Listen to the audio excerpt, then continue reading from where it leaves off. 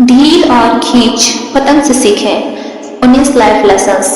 ये कंटेंट सिर्फ सोचने और समझने के लिए है। पतंग उड़ाने जैसी छोटी सी याद से लाइफ के बड़े ट्रुथ्स कनेक्ट किए गए हैं। हर इंसान का एक्सपीरियंस अलग होता है, इसलिए इसे बस एक नजरिया मानकर सुने। बचपन में जब हम पतंग उड़ाते थे, हमें ना टेक्निकली पता होती थी ना स्ट्रैटेजी, पर बस मजा आता था। लाइफ भी शुरू ऐसे ही होती है, बिना ज्यादा समझे हम खेलते हैं, हंसते हैं और सीखते रहते हैं। पतंग काटना उस वक्त अचीवमेंट लगता था, वैसे ही छोटी छोटी जीत हमें खुशी देती थी, लेकिन अंदर ही अंदर हम अननोइंगली प्रैक्टिस कर रहे होते थे बड़े खेल के लिए। दुकानदार से कहते थे, अंकल ढीला वाला मांझा देना या खींच वाला मांझा देना।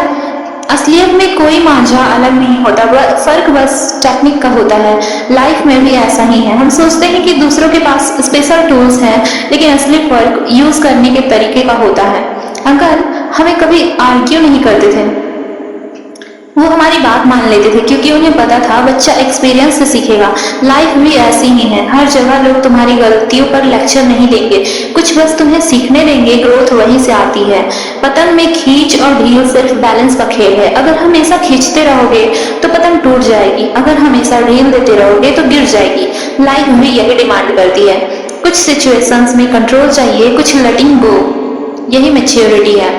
असल में हर कोई एक ही तरह का मांझा यूज करता है, फर्क बस आर्ट ऑफ हैंडलिंग में है। लाइफ में भी सबके पास 24 घंटे हैं, सबके पास चैलेंजेस हैं, लेकिन कौन कौन कैसे मैनेज करता है, वहीं से जीत और हार डिसाइड होती है।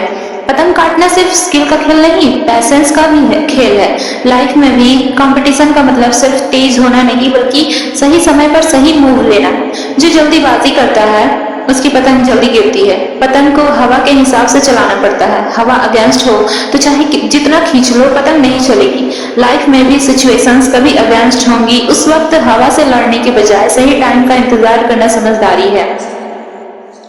कई बार पतंग गिर जाने पर भी हम डोर पकड़कर खींचते रहते हैं, सिर्फ ईगो में।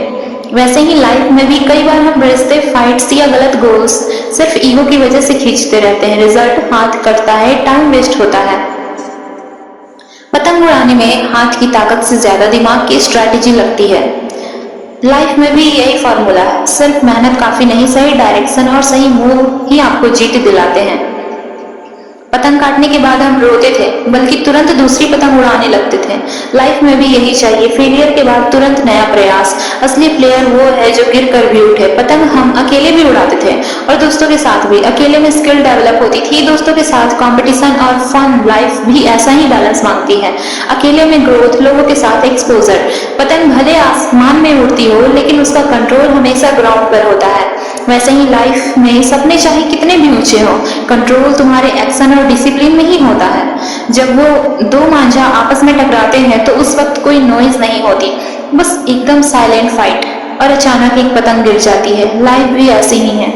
असली कंपटीशन बिना शो ऑफ के होता है और रिजल्ट चुपचाप निकलता है।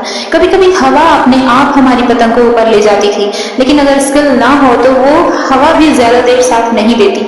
लाइफ में भी लक इम्पोर्टेंट है, लेकिन बिना स्किल वो सस्टेन नहीं करता।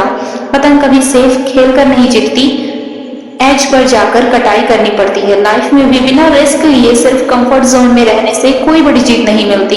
कटी हुई पतंग पकड़ने का मजा ही अलग होता था, लेकिन सोचो वो हमारी मेहनत की नहीं होती थी। लाइफ में भी बोरोड सक्सेस या शॉर्टकट्स टेम्पररी खुशी देते हैं, असली सेटिस्फैक्शन अपनी मेहनत से ही आता है। मांझा हाथ काटता था और वो छोटे छोटे जख्म हमें प्राउड फील कराते थे। लाइफ असल में एक्सपीरियंस होते हैं, यही स्केर्स हमें मजबूत बनाते हैं। पतंग जितनी ऊंचाई पर जाती है उतनी ही लंबी डोर की जरूरत होती है। लाइफ में भी गोल्स बड़े हो तो कंट्रोल और पैसेंस और बड़ा चाहिए। बिना कंट्रोल के ऊंचाई खतरनाक हो जाती है। चाइल्डहुड में जो ढील और खींच का खेल था, वही असली फॉर्मूला लाइफ का है। हर सिचुएशन डिमांड करती है कि कब कंट्रोल करना है और कब छोड़ देना है।